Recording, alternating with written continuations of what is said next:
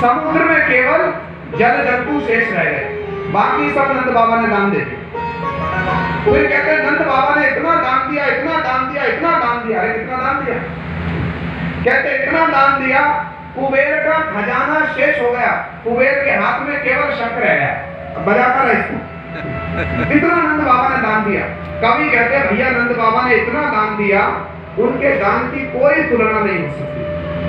हजारों लाखों गाय नंद बाबा ने दान दी, किंतु सोने के तिल के पहाड़ नंद बाबा ने दान दिए।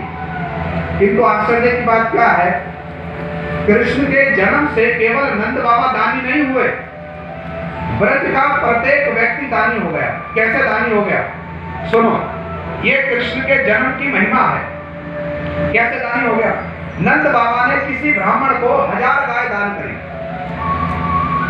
अब जिसको 1000 गाय दान की ना, उसके मन में बड़ा आनंद है, अरे कृष्ण ने जन्म लिया है, मैं भी कुछ दान करूं। उसने आगे अपनी दान में ली हुई 500 गाय किसी को दान कर दी। ले जा भैया, आज कृष्ण का जन्म है, तू भी ले जा।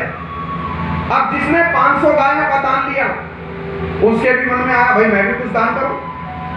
अब उसने आगे अपनी 250 गाय दान कर दी। ले जा भैया, आधा दान कर दिया। जिसको 250 मिली उसने 125 दान कर दी, जिसको 125 मिली उसने 75 दान कर दी। करते करते करते केवल एक गाय जिसके पास में रह गई, उसने अपनी एक गाय भी दान कर दी। किंतु दान करने से पहले उसके पास में और 1000 गायों का दान आ गया। तो ये दान की प्रक्रिया कवि कनकपुर जी कहते निरंतर चल रही है ब्रज में, समाप्त नहीं हो रहा। एक दूसरे को दान दे रहा, दूसरा तीसरे को दे रहा, तीसरा चौथे को दे रहा। ये दान की प्रक्रिया ऐसी हुई, इसको देख करके जो बड़े बड़े दानी है ना, देवता लोग भी दांतों के नीचे उंगली छुपा ली, उंगली दबा ली, और अपने मुख को देवताओं ने बादलों के पीछे छुपा लिया कि हम तो समझते थे हम ही लोगों को वर देने वाले हैं।